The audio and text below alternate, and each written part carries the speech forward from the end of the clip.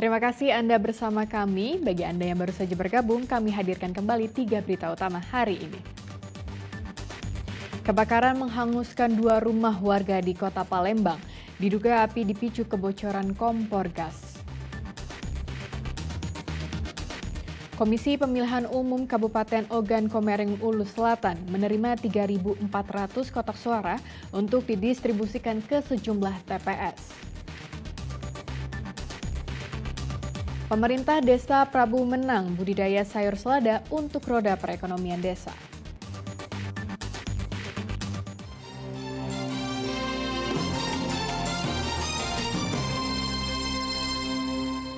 Kebakaran menghanguskan 2 rumah warga di kawasan Seberang Ulu 1 Palembang pada Senin siang.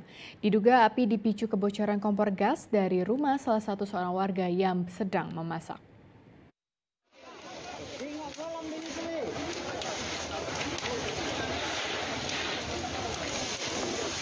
Kepulan asap hitam disertai kobaran api membakar 2 rumah panggung milik warga di kawasan Lorong Saudagar Yucing, Kelurahan 34 Ulu, Seberang Ulu 1 Palembang pada Senin siang.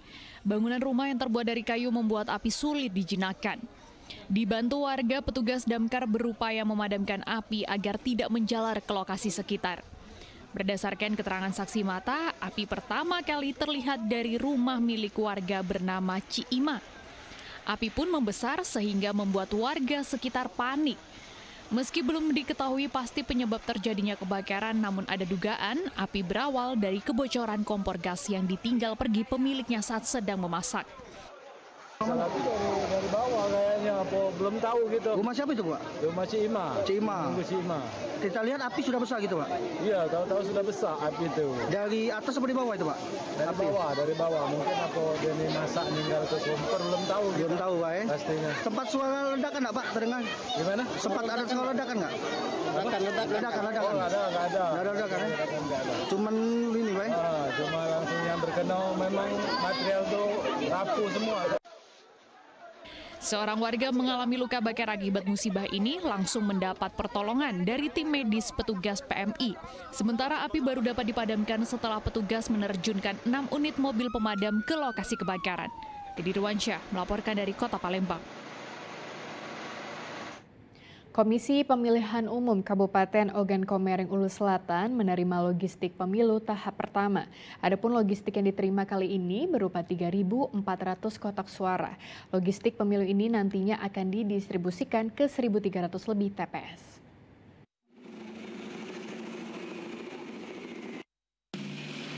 Kendaraan truk bermuatan logistik pemilu tiba di gudang logistik milik Komisi Pemilihan Umum Kabupaten Ogan Komering Ulu Selatan.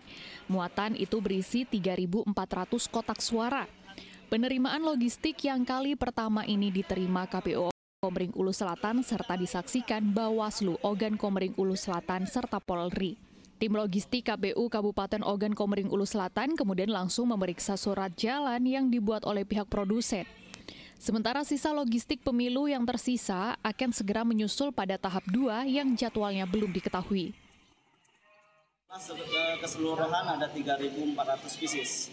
Selain dari kotak suara, apa lagi, Pak? Untuk hari ini logistik baru kotak suara saja. Ini untuk tahap pertama, ya? Ya, tahap pertama nanti ada jadwal kembali dari KPU RI menjadwalkan akan datang sisa logistik berikutnya. Pak, ini nanti untuk berapa TPS yang ada di Kabupaten Ulu Selatan? Kalau untuk sekarang belum kita bisa hitung karena belum datang semua logistiknya. Yang untuk hari ini belum bisa kita hitung. Untuk jumlah kerusakan juga belum bisa dipastikan? Belum bisa dipastikan karena masih dalam tahap loading untuk penempatan di gudang. Logistik pemilu ini nantinya akan didistribusikan ke sejumlah TPS di seluruh Kabupaten Ogan Komering Ulu Selatan yang berjumlah 1.352 TPS. Komisi Pemilihan Umum Kabupaten Ogan Komering Ulu Selatan berkomitmen memastikan kelancaran pelaksanaan pemilu dan kepastian logistik di wilayahnya. Untuk itu, masyarakat Kabupaten Ogan Komering Ulu diimbau dapat menyalurkan hak suaranya di Pesta Demokrasi Pemilu Serentak 14 Februari 2024 mendatang. Didi Ruwansyah melaporkan dari Kabupaten Ogan Komering Ulu Selatan.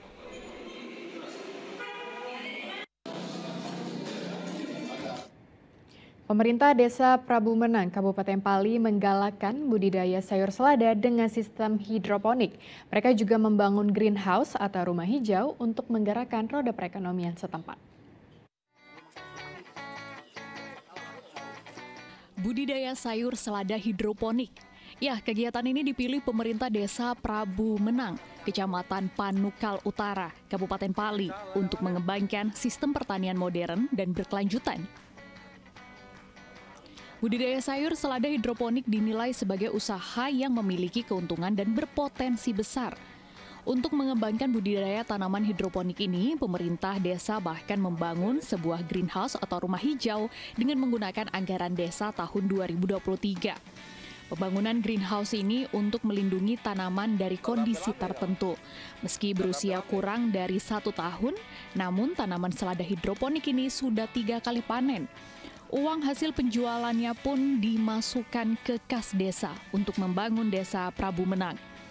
Budidaya tanaman selada hidroponik ini merupakan hasil usulan warga kepada pemerintah Desa Prabu Menang.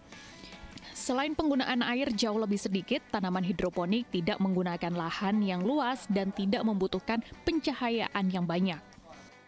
Itu supaya untuk meringankan beban dari ibu-ibu PKK untuk ada kegiatan-kegiatan bahan ini, itu.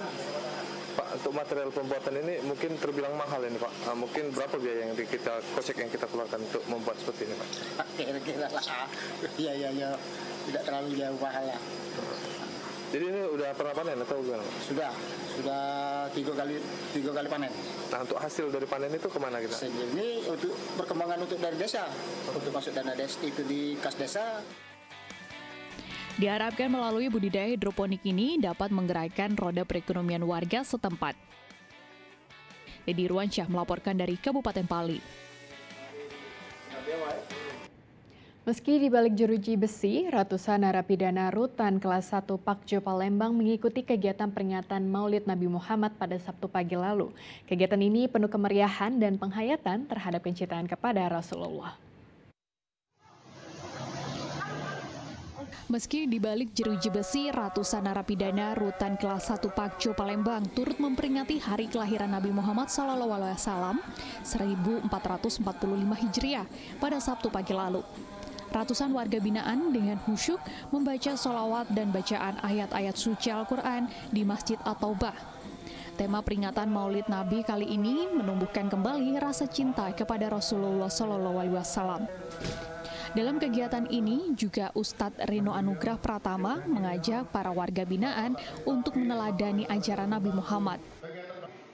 Kita di Rumah Tahanan Negara Kelas 1 Palembang mengadakan kegiatan Maulid Nabi. Kegiatan Maulid Nabi ini merupakan salah satu kegiatan pembinaan di Rumah Tahanan Kelas 1 Palembang. Adapun tujuan kita mengadakan kegiatan ini adalah bagaimana menciptakan rasa rindu kepada junjungan kita Nabi Muhammad SAW. Bismillahirrahmanirrahim. Tema kita hari ini adalah meneladani Rasulullah, menanamkan cinta pada Rasulullah di dalam kehidupan ini. Dimanapun berada, semuanya berhak mencintai Rasulullah. Seburuk apapun kita hidup bukan di masa lalu. Maka hari ini saya sangat senang sekali hadir di Masjid At-Taubah di Rutan Pakjo ini. Saya berkumpul dengan para perindu kebaikan yang ingin memperbaiki dirinya. Jujur sebetulnya saya adalah orang yang paling malu lah ya. Kenapa? Karena mungkin semangat saya mungkin kalah dengan hadirin yang di sini. Dengan kegiatan Maulid Nabi ini diharapkan dapat meningkatkan keimanan dan ketakwaan para warga binaan. Dengan demikian akan terbentuk ukhuwah Islamiyah di lingkungan rutan kelas 1 Pakjo Palembang. Dedi Ruansyah melaporkan dari Kota Palembang.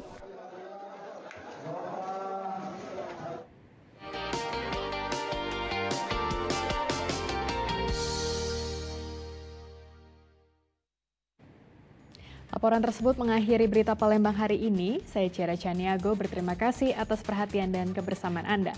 Selamat beraktivitas dan sampai jumpa.